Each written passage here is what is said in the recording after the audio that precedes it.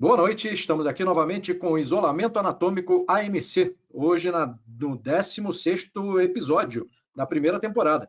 E hoje teremos o prazer de receber aqui o professor Albino Fonseca Júnior. O professor Albino é professor do Departamento de Morfologia da Universidade Federal Fluminense.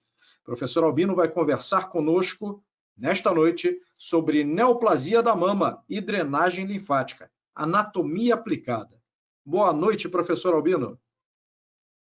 Boa noite, professor Cavazói. Mais uma vez, é um prazer estar aqui e agradeço mais uma vez o convite para poder estar falando um pouquinho sobre a anatomia, de certa forma, a anatomia um pouco aplicada e, com a sua autorização, posso começar, professor?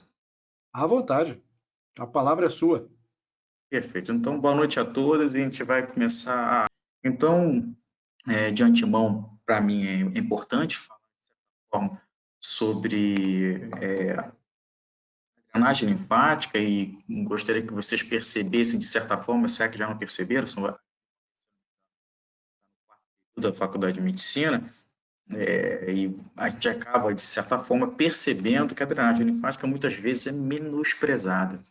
E esse menosprezo não é somente pelos alunos. Eu acho que, na verdade, o menosprezo não é pelos alunos. Eu acho que os alunos são levados a não dar tanta importância assim para esse vai ver que cada vez mais, isso já vem durante um tempo, existe uma grande importância, porém a gente tem que buscar entender por que desse menosprezo. E esse menosprezo, de certa forma, tem algumas razões, são algumas justificativas não justificáveis, então são justificativas apresentadas, porém nenhuma delas justifica a sua ausência, a sua melhor abordagem nas aulas de anatomia. Por isso que, de certa forma, é interessante a gente falar um pouco sobre drenagem linfática, porque nem sempre a gente vai ter essa abordagem feita nos livros, nos atlas, enfim. Então, a gente consegue perceber, a gente passa a deduzir essa pouca importância, esse menosprezo, com inúmeras razões. Primeiro, pela dificuldade de identificação anatômica. A gente consegue perceber visualmente, macroscopicamente, essa vasos linfáticos, a gente consegue, de certa forma, dar maior percepção, dar maior importância, perceber a artéria radial, consigo perceber, vejo a artéria ulnar, a veia radial, eu não consigo perceber os vasos linfáticos, tanto superficiais quanto os profundos do antebraço. Então, essa falta de percepção, essa falta de identificação anatômica, de certa forma, faz com que a gente não consiga dar tanta ênfase assim na descrição anatômica. E isso acontece da mesma forma quando a gente vai tentar padronizar esses vasos linfáticos ou até mesmo alguns componentes da drenagem linfática, que são os linfonodos. Da mesma forma, quando a gente vai falar sobre os linfonodos, a gente tem até uma dificuldade, inclusive, de caracterização nos próprios livros Atlas. Enquanto a gente sempre percebe que a artéria vai estar sempre com a coloração avermelhada, a gente sempre percebe que a coloração do sistema venoso é uma coloração azulada. Se eu perguntar para vocês qual é a coloração que é adotada na drenagem linfática, a gente vai perceber que alguns livros estão em preto, outros estão alguns estão em preto, outros estão em amarelo, esverdeado, esbranquiçado. Então, não existe nenhum padrão quanto à coloração quando a gente vai falar sobre a drenagem linfática. Da mesma forma, isso obedece o padrão, nesse caso da estrutura mais visível, aos linfonodos, tanto quanto ao número, quanto à sua existência. Então, por exemplo, se eu, utilizando o mesmo parâmetro, que é o membro superior, se eu falar sobre os linfonodos que podem acontecer na fossa cubital, a gente vai ver que nos livros vão estar dizendo, olha, podemos ter ou não linfonodos epitrocleares, que podem ser de 1 a 3 linfonodos. Conclusão, a gente não consegue nem padronizar se existe realmente ou não. Isso, de certa forma, faz com que a gente não dê tanta importância. E, além disso, um outro fator muito importante é que, há pouco tempo, a gente vai ver isso, quando a gente fala sobre os aspectos, assim, ver como é que isso é importante, faz com que a gente consiga, de certa forma, entender um pouco esses aspectos que eu estou mostrando agora. A atualmente a gente passa a ter uma identificação tardia dessa importância, que é apenas para a gente ilustrar também. Perceba que eu tenho aí um diagrama mostrando que eu tenho a grande circulação, chama a atenção para mim, que quando eu tenho quando os capilares, que são a porção final vascular, ele vai fazer com que ele vai jogar no meio proteínas, líquidos, enfim, estruturas que vão cair no espaço extracelular, que nós chamamos do líquido intersticial, vão formar o líquido intersticial, e a partir daí vão haver as trocas gasosas, as trocas gasosas, no caso da membrana alvéolo capilar. Nesse caso do tecido, vão ver as trocas teciduais, sejam elas de íons, como a gente vê aí produtos celulares, enfim, estruturas que através daquela sistema fisiológico da força de Frank-Starling vão fazer através de um gradiente de concentração, através de movimento de soluto e solvente, a gente vai ter a difusão dessas substâncias do meio extracelular, isto é, do interstício para dentro da célula. Bom, nesse caso a gente percebe que o sistema venoso, nesse momento, ele é incompetente de pegar todo o volume sanguíneo que vem do sistema arterial e leva até que sai do coração e retorna ao coração. Isto é, se do sistema arterial saírem 100 ml de sangue, esses 100 ml não irão retornar ao coração pelo sistema nervoso, pelo sistema venoso. O meu sistema venoso ele é incompetente, ele precisa de um outro sistema vascular, isso em grande parte relacionado à grande pressão arterial que eu tenho no sistema arterial e não tenho no sistema venoso. Então, de certa forma, parte desse retorno venoso ele é realizado através do sistema linfático, isto é, o sistema linfático então passa a ter, de certa forma, duas funções. A primeira função relacionada à função vascular, de levar esse volume que não foi, que o sistema venoso não foi competente para levar, e ele passa a levar até, em última análise, quase próximo ao coração. Então, esse aspecto é importante para a gente. Só que esse aspecto é um aspecto mais fisiológico. Outro aspecto interessante é que esse sistema linfático ele é entremeado por essas estruturas que nós vamos chamar de linfonodos, que no passado, eu estou citando no passado porque eu vou utilizar isso posteriormente na palestra, no passado nós chamávamos essas estruturas de gânglios linfáticos. E para não confundir com o gânglio nervoso, a gente passou a utilizar gânglios somente para o sistema nervoso e o linfonodo para o sistema linfático. Então, o linfonodo nada mais é do que agregados linfóides que funcionam como se fosse um pedágio onde, se porventura, voltando aqui, se porventura alguma célula ou algum produto celular, muitas vezes bactérias, micro-organismos, bactérias, fungos, vírus, inclusive, também, se ficarem no meio intersticial, podem penetrar aqui no sistema linfático, nos vasos linfáticos, e conforme o fluxo, eles podem alcançar aqui o linfonodo. Passando pelo linfonodo, o linfonodo vai reagir ou não a esse agente. Se porventura nós tivemos uma bactéria ou algum micro-organismo com muita virulência, e esse meu linfonodo, se porventura não se achar competente, ele vai causar um aumento do número de células. O aumento do número de células a gente chama de hiperplasia, não confundir com hipertrofia. Hipertrofia é o aumento dos constituintes celulares, que vai dar um aumento do tamanho da célula. Então, a gente passa a ter uma hiperplasia. Hiperplasia, a gente tem um aumento do número de células. Então, percebo que, além da função vascular, tem uma função imunológica importante, digna de nota. É importante ressaltar que, assim como células podem passar por aí, nós temos células tumorais. Aqui eu tenho um desenho, não sei se vocês conseguem observar, eu tenho um desenho de um vaso linfático e aqui eu tenho uma célula neoplásica. Percebam que aqui eu tenho outro vaso linfático, bordas do vaso linfático, e dentro do vaso linfático eu vejo células neoplásicas. Isso aqui é uma neoplasia que essas células neoplásicas estavam no interstício e elas acabaram entrando no sistema linfático. Então, é importante perceber que a função vascular ela vai carregar não só elementos fisiológicos, como também elementos patológicos, sejam eles inflamatórios, infecciosos, como bactérias, vírus, fungos, assim como podem também carregar células neoplásicas, fazendo uma disseminação que a gente chama de disseminação por via linfática, nada mais é do que metástase. Aqui só ressaltando nas setas o que a gente está vendo, os vasos linfáticos, e dentro dos vasos linfáticos eu tenho essas células neoplásicas. Uma vez observando isso, o patologista deve mencionar no laudo que estou diante de uma pessoa, de um paciente que apresenta invasão angiolinfática neoplásica, metástase. Quanto a gente vai falar sobre drenagem linfática agora especificamente, é sempre bom lembrar que nós temos um aspecto que é um aspecto mais tecidual, onde eu vou ter vasos entre os lobos, que de certa forma vão acabar esses lobos vão estar se unindo a outros canalículos, formando canalículos maiores. Então, no primeiro momento, vasos interlobares, depois vão se juntando em vasos intercanaliculares, formando canais, troncos, e, em última análise, vão acabar formando um plexo subareolar.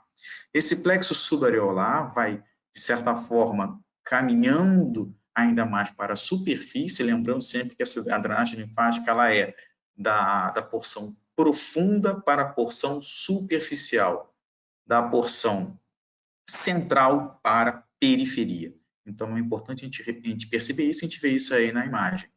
Então, é sempre uma disseminação, de certa forma, centrípeta, onde eu tenho uma disseminação, como a gente viu aí. Quando eu digo disseminação, eu estou falando sobre a drenagem linfática. A drenagem ocorre da profundidade para a superfície, do centro para a periferia. Então, uma vez que a mama, o parênquima mamário, é drenado, a gente, de certa forma, passa e sempre dividir a mama sempre em 4 quadrantes, onde o quadrante, nós vamos ter os linfonodos axilares, para dar um maior detalhe quanto a isso. Temos ainda outros tipos de linfonodos, como linfonodos torácicos internos, que também participam da drenagem linfática, principalmente nesse quadrante, lembrando que eu tenho 4 quadrantes, 2 superiores, 2 inferiores, 2 mediais, 2 laterais. Então, aqui eu tenho o quadrante superior medial. Eu tenho aqui o quadrante superior lateral, ou abreviando QSL. Esse quadrante aqui é o quadrante mais importante no que tange à observação de neoplasias da mama. Outros linfonodos também me chamam a atenção, como os linfonodos supraclaviculares, assim como os linfonodos subfrênicos. De certa forma, eu quero que vocês percebam que aqui na drenagem linfática, esses linfáticos aqui são aqueles linfáticos que nós observamos, eles vão drenar do centro para a periferia. Uma vez na periferia, eles vão alcançar os linfonodos torácicos internos, linfonodos axilares, linfonodos subfrênicos, linfonodos supraclaviculares. É importante ressaltar que eu percebo aqui muitas vezes vasos linfáticos que não atravessam os torácicos internos, vão diretamente para a outra mama. Muitas vezes eu vejo vasos linfáticos que não obedecem, não transitam por um linfonodo e alcançam órgãos abdominais, o que de certa forma explica muitas vezes a metástase de uma mama direita para a mama esquerda ou vice-versa. Ou então a metástase de uma via considerada como chamada de via de Gerota, que é uma via transdiafragmática, que faz com que eu tenha uma metástase de câncer de mama para o fígado. Então, isso tudo é explicado através de parâmetros anatômicos. Porém, o que nós temos que ter muita atenção, e por isso que nós vamos dividir aqui, são os linfonodos axilares. Os linfonodos axilares, de certa forma, são divididos em algumas porções, e isso aí são interessantes para a gente. Nós temos os linfonodos axilares laterais, percebam, a gente vai falar isso mais à frente com maior detalhe, os linfonodos axilares laterais, que a gente vai falar isso com maior detalhe. Nós temos linfonodos axilares peitorais, também chamados de linfonodos torácicos laterais, principalmente por estar próximo dos vasos e o nervo torácico longo, na parede anterolateral do tórax. Chama a atenção aqui outros linfonodos, com linfonodos posteriores ou subescapulares, da mesma forma, em íntima relação com os nervos subescapulares. Observo também os linfonodos axilares centrais, que são de vital importância, assim como outros linfonodos, como os linfonodos apicais, os linfonodos axilares apicais ou subclave. Todos esses linfonodos são importantes e a importância faz com que a gente consiga, inclusive, ver, pegar e descrever um por um. Então, quando a gente vai avaliar mais uma vez os linfonodos, eu vejo aqui os mesmos linfonodos, dessa vez agora dando uma maior explicação. Eu tenho os linfonodos axilares laterais, estão intimamente relacionados com a veia axilar, na porção final da veia axilar, quase no momento em que ela recebe as veias braquiais. Ela está muito relacionada à porção mais lateral da axila, praticamente no limite da axila. E esses linfonodos axilares laterais vão drenar o seu conteúdo para os linfonodos ou centrais ou apicais. Então, percebam que os linfonodos centrais, axilares centrais e apicais são muito importantes, porque a grande maioria dos linfonodos vão acabar drenando para eles. Se eu pego aqui mais um linfonodo, e em última análise, esses linfonodos vão alcançar a junção júgulo subclávia, e em última análise vai chegar ao coração essa drenagem linfática. Continuando, mais uma vez, eu tenho agora outros linfonodos, que são linfonodos anteriores, são linfonodos que eu falei para os senhores, também podem ser conhecidos como linfonodos torácicos laterais.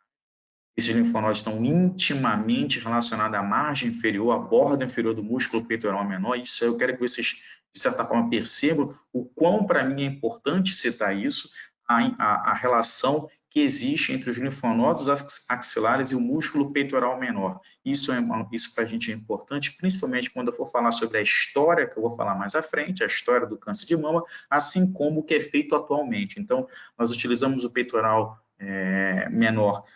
De certa forma, no início, nós desprezamos o músculo peitoral menor, hoje nós utilizamos muito o peitoral menor, e a gente vai ver o porquê disso. Esses linfonodos vão drenar toda a sua linfa da mesma forma para os linfonodos axilares centrais e apicais.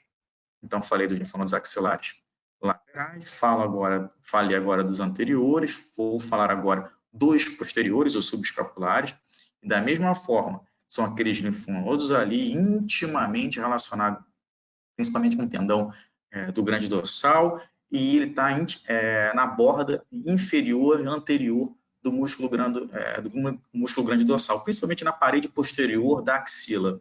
Então, quando a gente quando a gente vai, de certa forma, delimitar a axila, a sua parede posterior vai estar relacionada com os linfonodos, o músculo grande dorsal e os linfonodos como conteúdos, linfonodos axilares subescapulares. E assim como os linfonodos axilares laterais,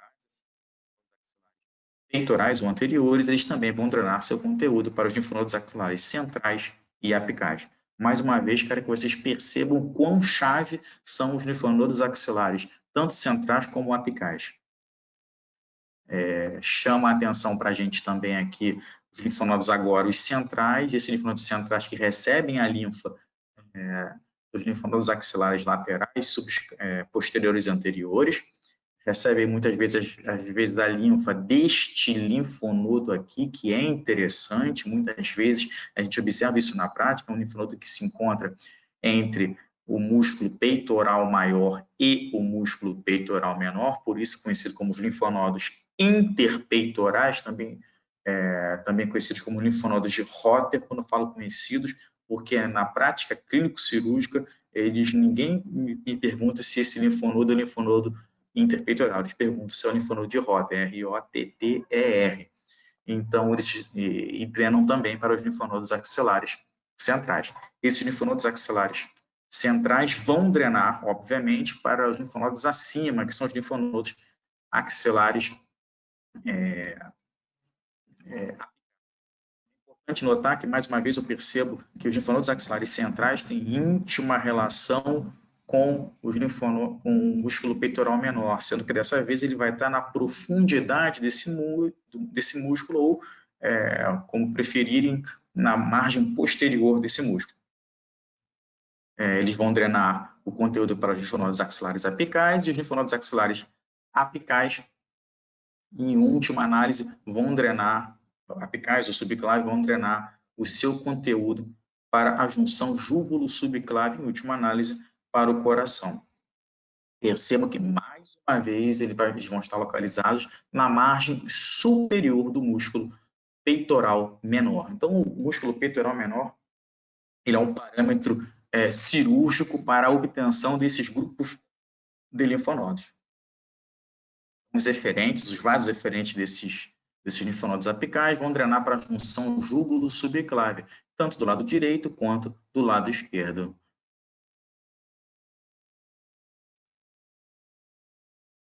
Perfeito? Então, a gente tem aqui o tronco subclávio, que vai acabar drenando o seu conteúdo nessa junção que nós chamamos de junção. Nesse momento agora, depois de falar sobre a drenagem linfática, a gente vai botar alguns aspectos interessantes aqui. Quando a gente vai abordar, por exemplo, a axila, por algum motivo qualquer, atualmente nós abordamos sempre, o cirurgião principalmente aborda algumas lesões ou na pele, quando necessitam, como, por exemplo, lesões de melanoma, ele vai utilizar a linfonodo sentinela, que a gente vai ver mais à frente, mas aqui no nosso exemplo a gente vai falar o objetivo da aula, que são as neoplasias de mama. Nas neoplasias de mamas, a gente vai classificar os linfonodos de acordo com o músculo peitoral menor. Então, os linfonodos que estão abaixo da margem inferior do músculo peitoral menor, eu vou chamar nível 1. Posteriormente ao músculo peitoral menor, são linfonodos do nível 2. Acima da margem superior do músculo peitoral menor, são os linfonodos do nível 3. Então, se a gente for, de certa forma, utilizar aqueles linfonodos que nós aprendemos anatomicamente e agora, ao que são colocados aqui em um padrão mais clínico, nós vamos ter ali o nível 1, e esse nível 1 vai corresponder aos linfonodos axilares laterais, aos linfonodos axilares posteriores e aos linfonodos axilares anteriores.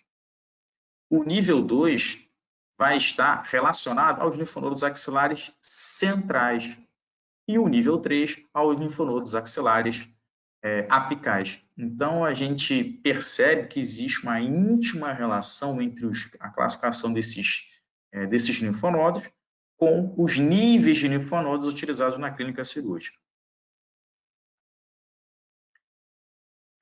Além disso, quando a gente agora vai falar um pouco, a gente vai perceber como é que essa anatomia se confunde, e é sempre bom lembrar que o objetivo aqui não é em nenhum momento impactar alguém com alguma imagem, até porque eu nem coloco muitas imagens quanto a isso, mas é para mostrar como é que a evolução dessa doença, de certa forma, trouxe para a gente um alento a partir do momento que nós descobrimos algumas coisas. Então, eu vou tentar até passar um pouco rápido sobre isso e vou me alongar somente naqueles aspectos e algumas descrições interessantes. E existe um trabalho até da história do tratamento cirúrgico da mama, e a gente vai falar um pouco sobre isso. E lembrando que a mama ele é descrito desde 1500 a.C.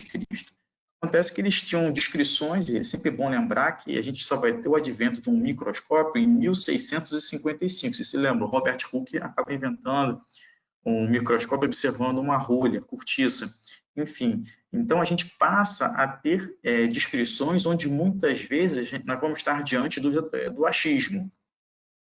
Então, os papiros, por exemplo, nós temos um papiro de Egdon Smith, que ele descreve 8 casos de tumor, e é importante que ele fala a seguinte coisa, para os quais reconhece não haver tratamento. E ele vai distinguir tumores duros e frios, dos quentes e com conteúdo líquido. Na verdade, o que ele está fazendo ele está distinguindo, ele não sabia o que se tratava na época, o câncer de um abscesso mamário. Então, muitas dessas coisas nós conseguimos supor, outras até que não. E conforme a gente vai avançando, Hipócrates, ele faz uma descrição do câncer de mama que é impressionante. Tanto é que eu faço questão de ler toda ela. Aparecem tumores duros na mama, uns maiores e outros mais pequenos, não supuram, isto é, não vão drenar, não vai ser um abscesso, mas que vão sempre crescendo e ficando mais duros. Quando finalmente os cancros aparecem, isto é, quando eles começam a ulcerar, a boca torna-se mais amarga e se eles quiserem dar alguma comida, vão recusar, fecham a boca, a pessoa já não consegue mais se alimentar. Começam a delirar, os olhos ficam parados e deixam de ver com clareza, e a dor nascida da mama chega ao pescoço e às escápulas. a sede aparece, os mamilos tornam-se secos e todo o corpo fica edemaciado. Quando as doentes chegam a esse estado, não se recuperam e morrem da sua doença. E o detalhe é melhor não aplicar qualquer tratamento, porque se tratarem, as doentes morrem depressa, mas se não tratarem, ainda duram um longo tempo. É importante lembrar que, na verdade, ele não tem a menor ideia da diferença de um tumor benigno e maligno. Ele está pegando estruturas que ele chamou de duras na mama e estruturas que são mais amolecidas, como anteriormente, vistas como, a gente até descreve como sendo abscessos, mas mesmo assim, a gente consegue perceber aqui o desespero na descrição dessa lesão. Mais à frente, Celso também acaba descrevendo, de certa forma, ele acaba descrevendo, são tumores. Ele faz uma comparação, dizendo, pela primeira vez ele fala que tem tumores precoces, e para eles é interessante retirar. Tumor avançado deve ser tratado apenas com paliativo. Ele, inclusive, fala que registra-se o envolvimento axilar dos tumores e se executa a mastectomia, que é a combinação que combina a secção de tecido e cauterização. É importante lembrar que, nessa época, a cauterização era feita com ferro quente.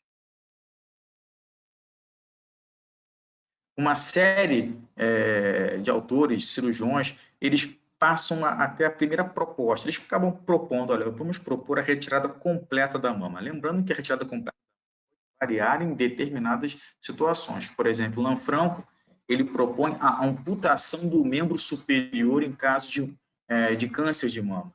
Então, percebam que, de certa forma, eram procedimentos sempre muito invasivos.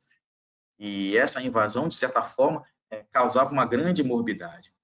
Vesalius, que escreve essa obra em 1543, apesar de ser também sendo cirurgião, ele realizou muitas mastectomias, porém ele tem uma certa evolução, ele passa a ligar os vasos, em vez de cauterizar. Então, pela primeira vez, lembrando que isso é 1514, 1564, só para ter uma ideia, o Brasil tinha apenas 14 anos da sua descoberta, quando Vesalius nasceu. Então, é muito tempo atrás. A mortalidade era extremamente alta, você sobreviver a um procedimento cirúrgico desse era muito raro, e mais raro era sobreviver ao pós-operatório imediato. Você tinha muita perda sanguínea, e quando você não tinha tanta perda sanguínea, conseguiam cauterizar ou fazer uma homeostasia interessante, o paciente morria de algum quadro infeccioso. Então, era desolador. E todas as vezes que você tem um ambiente desse, algumas coisas acontecem. Primeiro, você não consegue encorajar pessoas a avançar, ou então a defender o próprio ato cirúrgico. E a outra coisa, você vai abrir porta para inúmeros tratamentos não científicos, sempre lembrando que a gente está num momento primordial da obtenção da ciência. Então, você vai abrir porta para pomadas, extratos vegetais, animais vivos, utilização de urina, utilização de fezes, utilização de qualquer coisa que não seja baseado na ciência. Então, todas as vezes que nós temos situações de desespero, esse desespero muitas vezes leva a situações, a tratamentos que nem sempre têm algum subsídio ou alguma base científica. A gente começa a ter agora algumas pessoas, e lembrando que agora a gente está chegando em 1685, 1700, a gente passa a ter, de certa forma, alguns autores que vão, através de seus estudos, dando algumas descobertas. Por exemplo, esse autor fala uma coisa muito interessante, muito relacionada aos linfonodos axilares. Ele relata que o câncer de mama é uma doença com início local, isto ela começa na mama e a partir daí vai para os linfonodos, que ele até chama de gânglios axilares. Então, por isso, ele passa a criar o fundamento. Olha, não adianta nada você retirar a mama. Tem que retirar a mama com esvaziamento axilar. Você precisa retirar toda a axila. Perceba que eu falei para os senhores que os linfonodos axilares estão intimamente relacionados com os vasos axilares. Isto é, a retirada dos linfonodos axilares implica em grande habilidade cirúrgica, ou então muitos erros por iatrogenia, uma vez que eles tentam abordar estruturas vasculares. Outro autor, Jean-Louis Petit, de certa forma, ele ressalta mais uma vez, fala que nessas neoplasias os linfonodos estão aumentados, os ganglios devem ser removidos, bem como a face peitoral. Essa face peitoral é aquela face que recobre o peitoral maior. Então, ele fala que você precisa retirar toda a mama e a face peitoral deve vir junto. É importante ressaltar que isso até hoje é feito.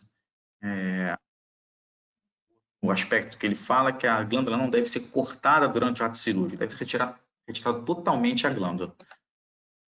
Apesar de tudo isso, é importante ressaltar que, mais uma vez, era muito difícil você não tinha, era uma área pré-anestésica, não tinha asepsia, antisepsia, então o pessimismo reinava nesses momentos e era bem desolador. Tanto é que muitas vezes você optava em não operar, a pessoa morria, assim como foi relatado por Hipócrates. Você não, em nenhum momento, fala isso. Tem um autor famoso, que é o Paget, alguns autores chamam de Paget, um dos criadores da doença de Paget. Ele fala um aspecto muito interessante que ele diz, ao termos que decidir contra ou a favor da remoção do câncer de mama, podemos, segundo penso, perder toda a esperança de que a operação será um remédio definitivo para a doença. Isto é, você dificilmente vai ficar curado do câncer de mama. Você apenas vai tentar minimizar algum problema, isto é, você vai retirar. De alguma forma, você vai acabar retornando essa doença, ou através de uma metástase, ou através de recorrência local. Percebam que isso aí é uma atitude desesperadora. É importante ressaltar que esse autor ele faleceu quase em 1900. Pela primeira vez, a gente começa a observar alguns aspectos interessantes no ramo da patologia. Então, a gente passa, Jonas Miller, ele passa a perceber, pela primeira vez, ele faz exames citológicos de mama, retira raspa o tumor, vai impregnar com agente fixador e ele acaba observando a presença de células malignas. E, de certa forma, Recamier, que é um outro autor, ele, uma vez observando isso, ele acaba, de certa forma, desenhando o que ele acaba chamando de metástase.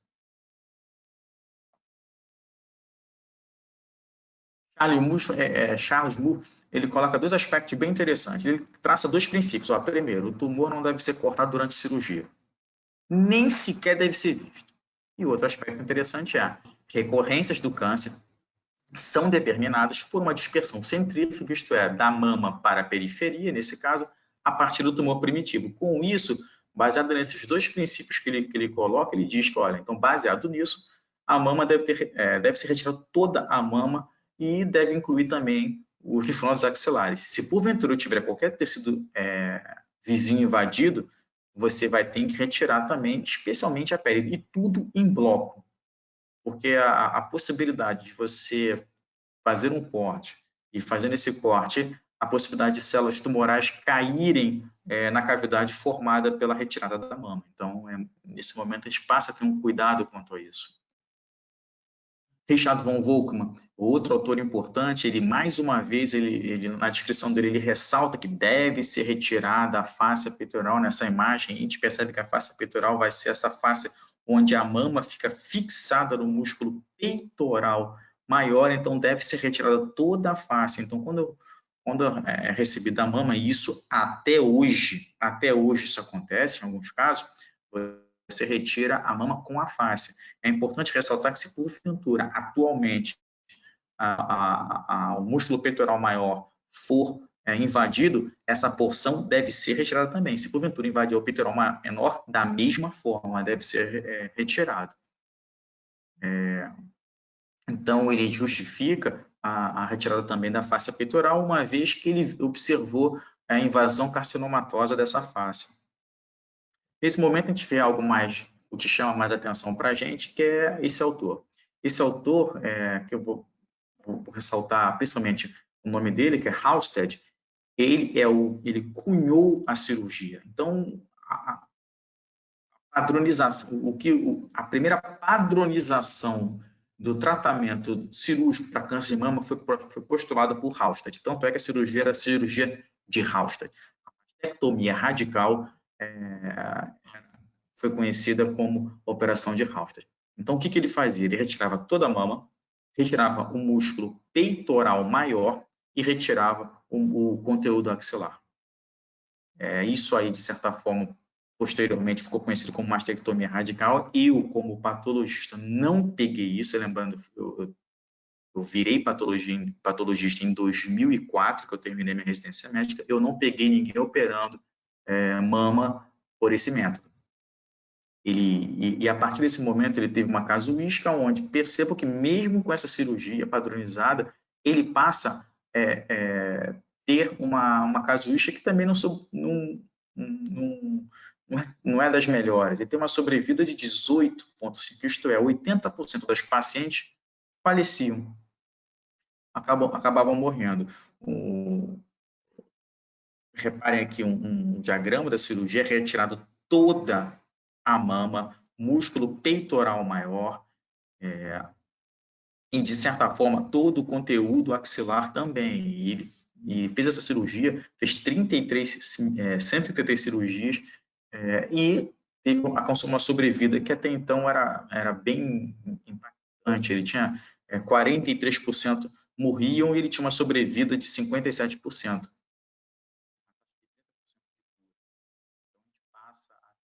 Agora, a partir de 1960, e eu participei de algumas cirurgias dessa. É importante só ressaltar um detalhe: na cirurgia de Halsted, além de retirar o músculo peitoral maior, ele tirava o peitoral maior, o peitoral menor também.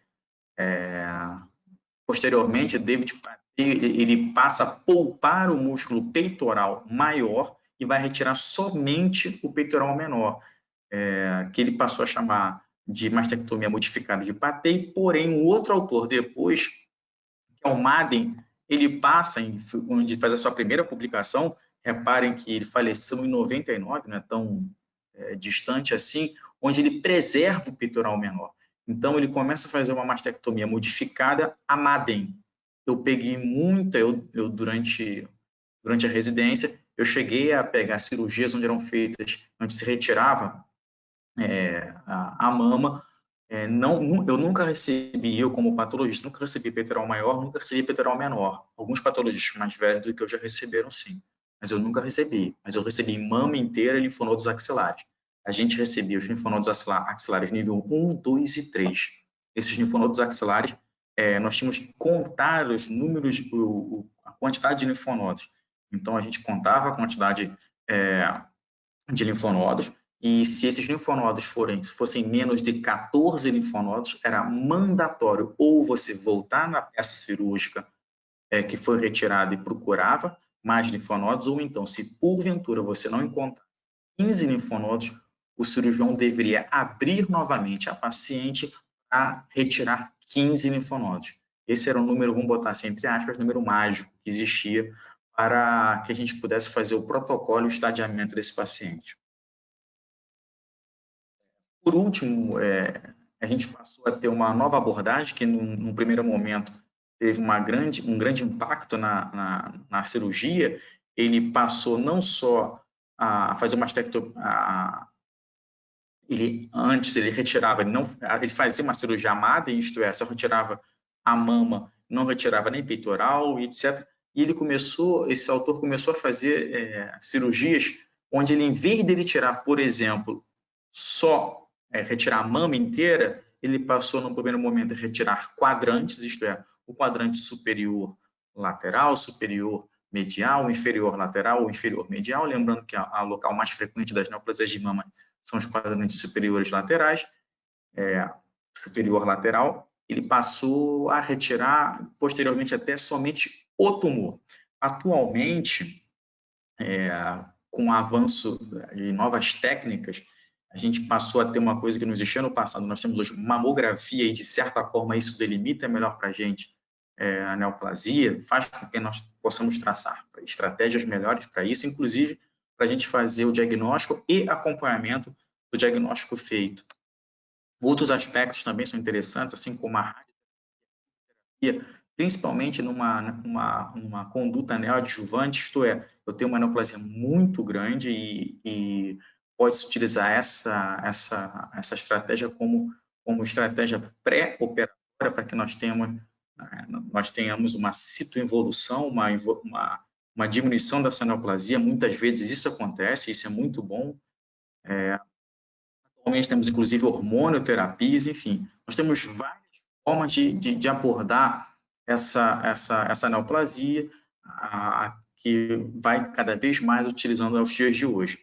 A gente hoje não tem mais, você não precisa mais retirar os 15 linfonodos, você não precisa mais retirar os linfonodos axilares, apicais, centrais, laterais, anteriores e posteriores.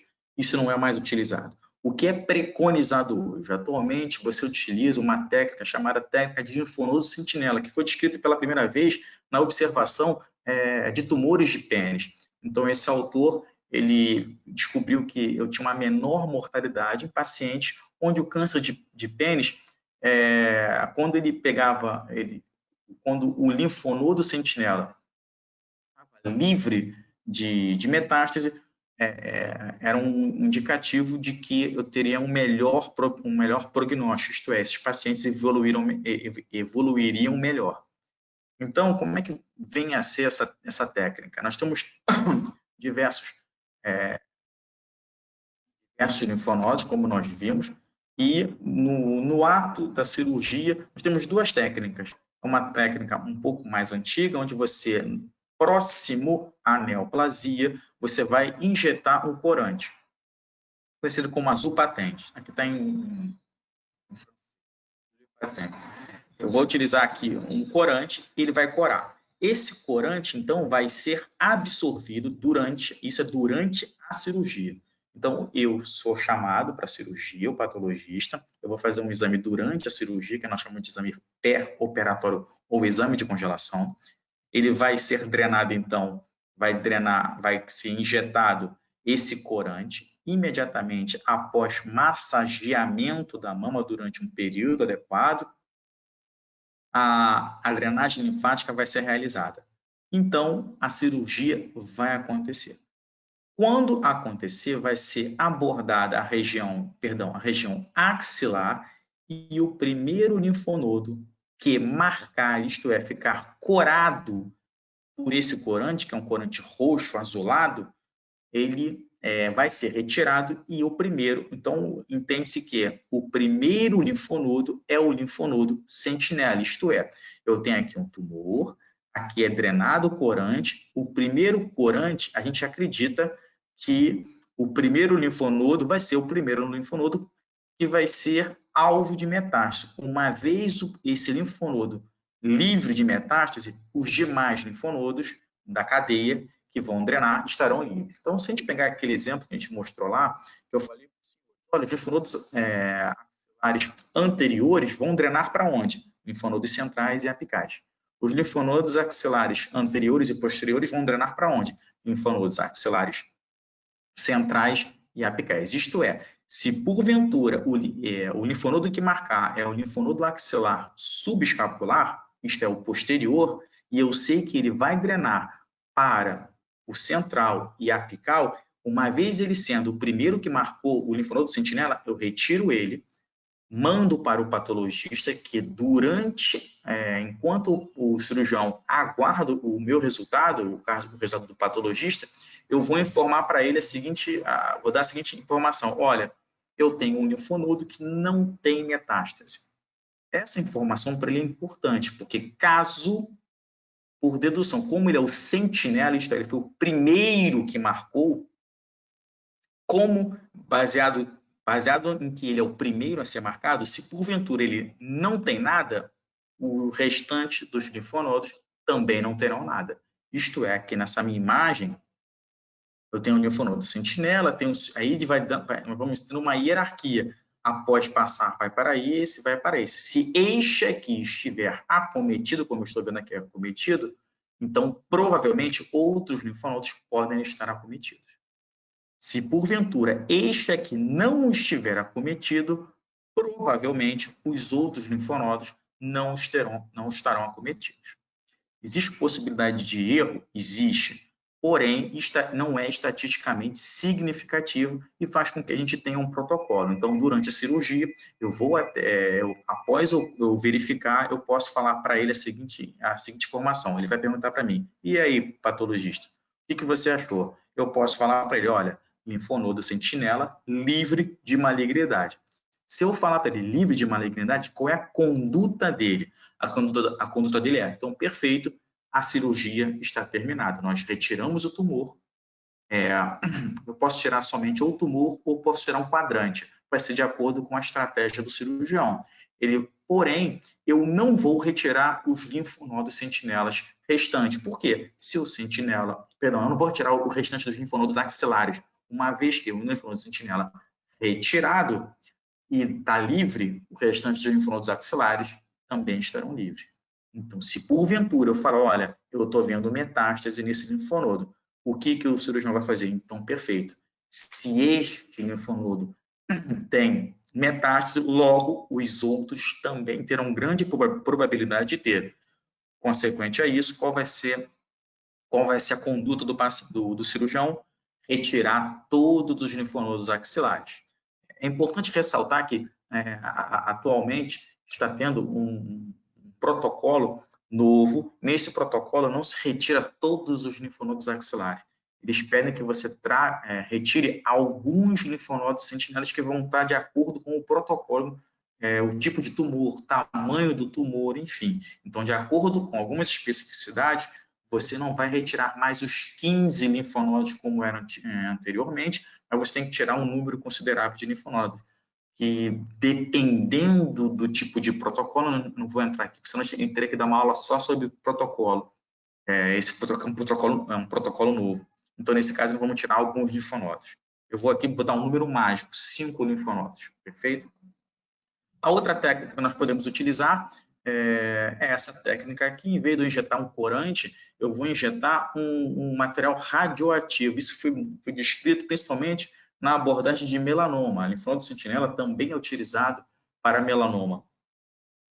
E isso foi feito em 93, atualmente é a mais utilizada. A paciente vai pela manhã, no caso, se ela fazer uma cirurgia às 8 horas da manhã, ela vai anteriormente até uma central. Na central vai ser inoculado material radioativo, é uma radiação não letal, de baixa toxicidade, de baixa letalidade, não tem nenhum benefício, é interessante para a gente fazer isso. E todas as vezes onde da mesma forma que a tinta foi para o linfonodo sentinela, a radiação também vai para o linfonodo sentinela. Então, a partir do momento que aí eu tenho essa máquina, que é um chamado de probe, nós temos essa máquina ela vai perceber, através de estímulos sonoros, vai perceber a presença do linfonodo sentinela. Então, durante a cirurgia, o ápice desse indicativo aí vai ser colocado na mama. Se você pegar isso aí e colocar no tumor, o tumor vai apitar, porque o elemento radioativo ele é colocado no tumor e a gente vai pegar a drenagem linfática dele na axila.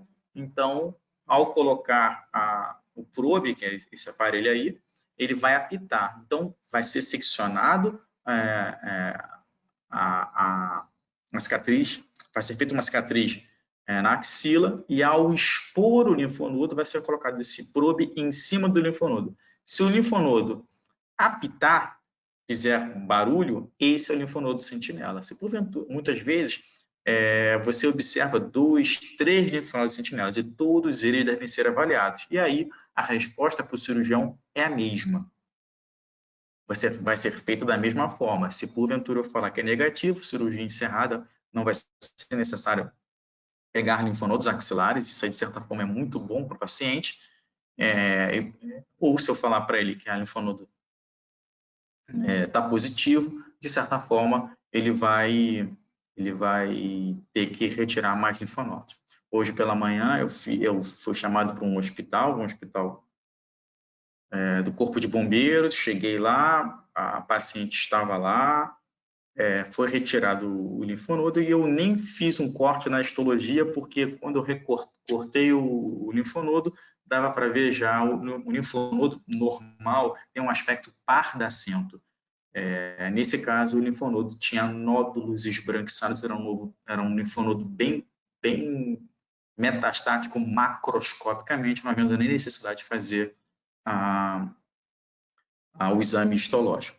Eu acabei fazendo, porque eu gosto de fazer isso, sou viciado em fazer isso, eu gosto de observar. Então, comuniquei isso ao cirurgião, ele retirou todos os linfonodos axilares e durante a retirada dos linfonodos axilares ele percebeu outros linfonodos aumentados.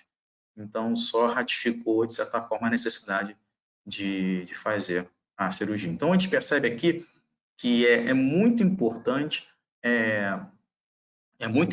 para a gente o conhecimento da drenagem linfática. Eu vou evitar aqui falar nome, mas já fui chamado para hospitais onde fui chamado para fazer linfonodo sentinela, não em mama, mas em melanoma, e em melanoma eu já fiquei vendo situações constrangedoras de profissionais que não têm a menor ideia onde ficam os linfonodos axilares, não sabem o que está acontecendo, ficam fazendo buracos, infelizmente, no paciente. E isso, muitas vezes, por uma deficiência simples de anatomia. Se ele não souber, por exemplo, os limites da axila, sabendo o limite da axila, por exemplo, você consegue saber onde estão os linfonodos axilares posteriores, onde estão os anteriores, sabendo uma projeção de onde é que está. Se você sabe onde é que está o processo coracoide, você sabe onde é que está a inserção do peitoral menor. Sabendo a inserção do peitoral menor, você consegue descobrir linfonodos axilares centrais, apicais, linfonodos axilares laterais anteriores e posteriores. Então, não há nenhuma dificuldade nisso, basta saber anatomia. Senão você acaba sendo um técnico de terceiro grau e não é o que a gente quer. Perfeito? Sem mais, muito obrigado. Estamos